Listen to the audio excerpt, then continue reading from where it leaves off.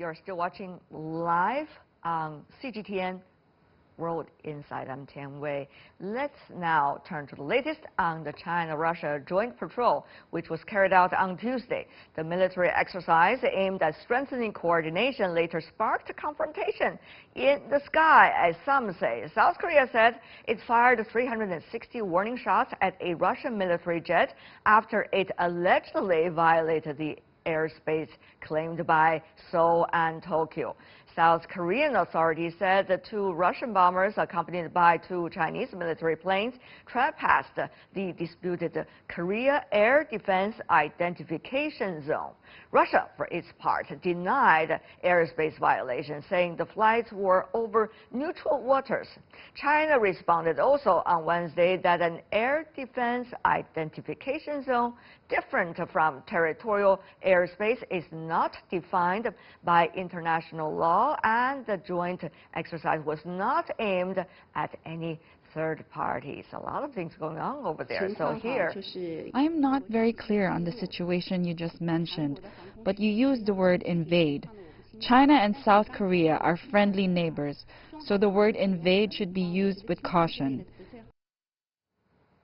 All right, to discuss the China-Russia joint aerial patrol in Beijing, we have Senior Captain Zhang Junshou once again with us, Vice President of the Naval Research Institute in China.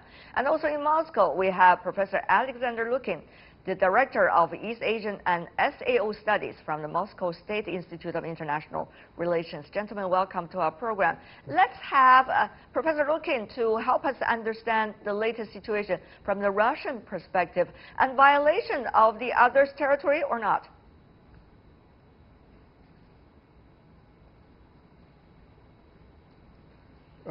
Well, it's not clear at the moment.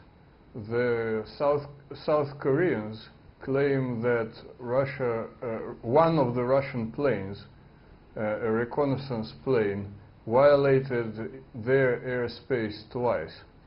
And they also claim that Russia apologized to them for that. But Russian embassy in South Korea denied that and said that it did not apologize for anything.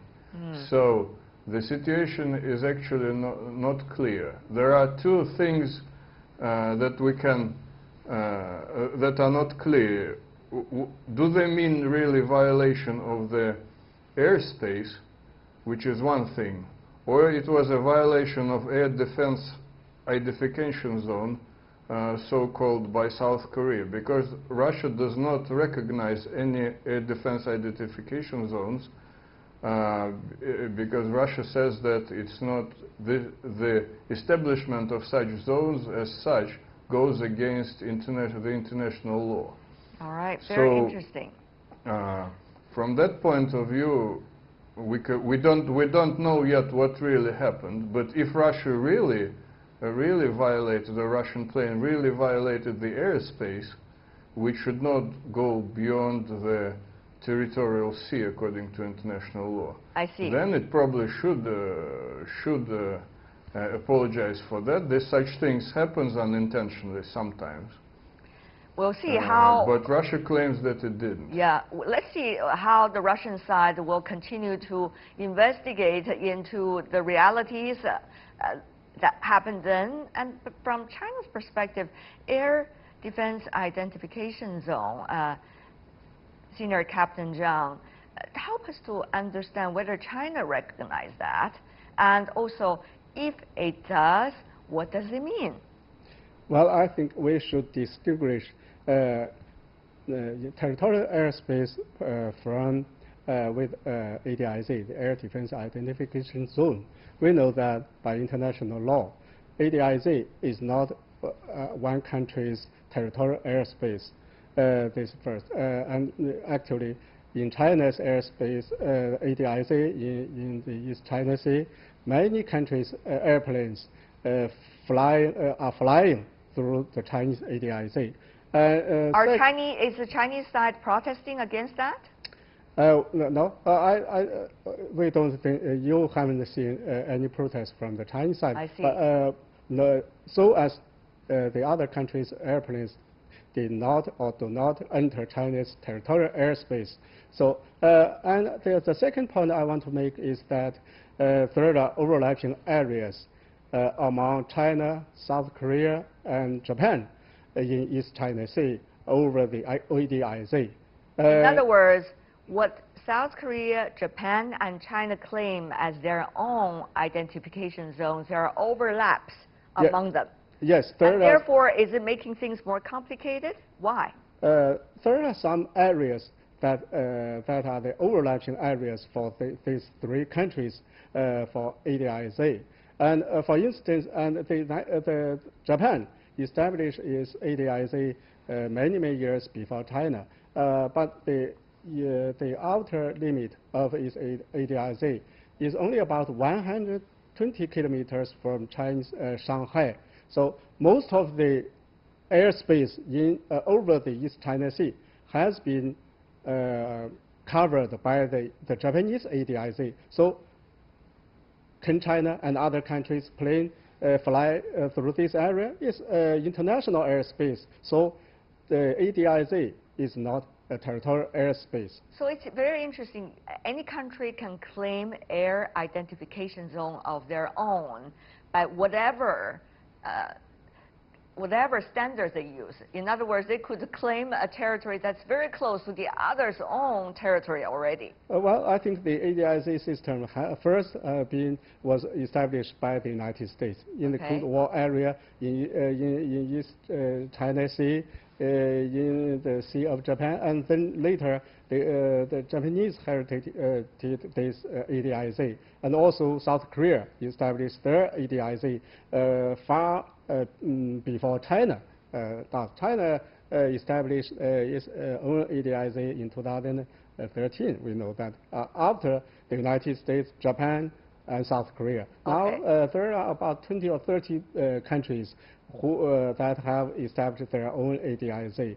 And there are overlaps among all of these different kinds of ADIZ. Among many countries. Yeah. For instance, in East China Sea, the three countries, South Korea, China, and Japan, their ADIZ overlaps in some area. But if things like this continue, what does that mean?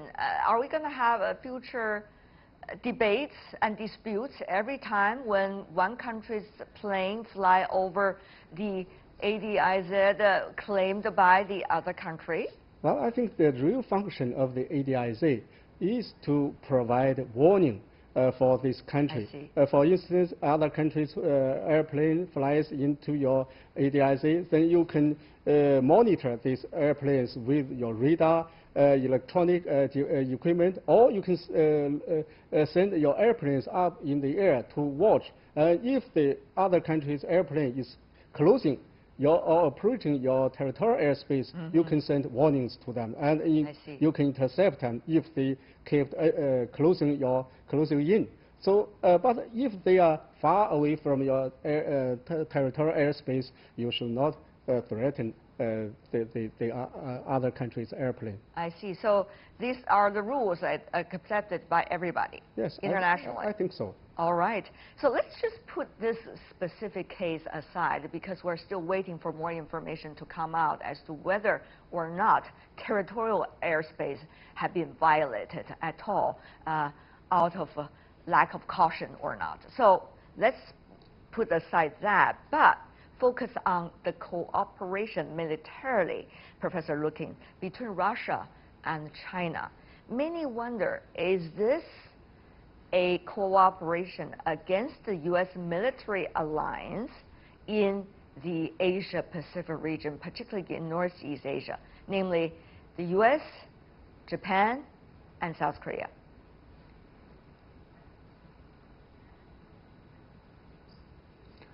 Well, I think it's a very interesting sign of growing military cooperation between Russia and China. It's the first joint aircraft operation, let's say, of Russian and Chinese military airplanes.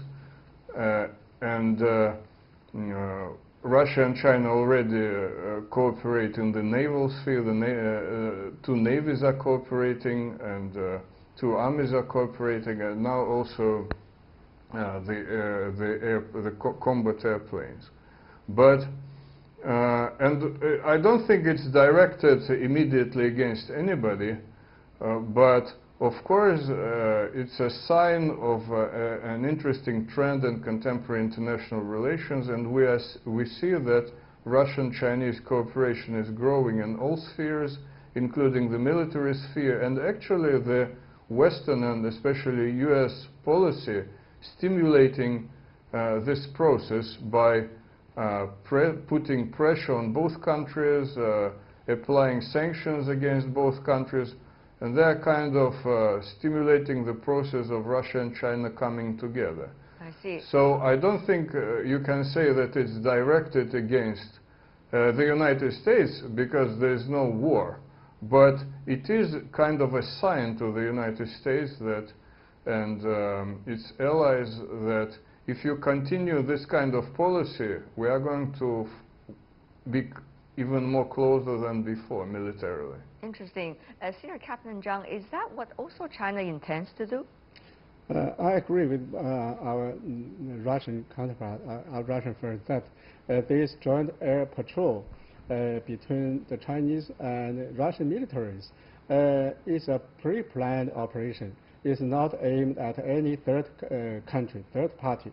I think the main aim of this joint air patrol is to promote the separate or the abilities of both sides to operate on the sea, in the air, and to enhance the capabilities to cooperate in face of the common challenges and threats.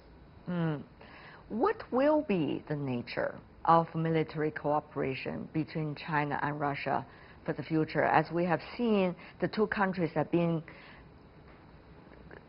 walking toward each other quite closely in recent years. Senior Captain Zhang, very briefly. Well, I think we just want to promote the comprehensive strategic partnership of coordination between the two countries. I don't think we want to aim at any third country. Professor Lukin, your thought?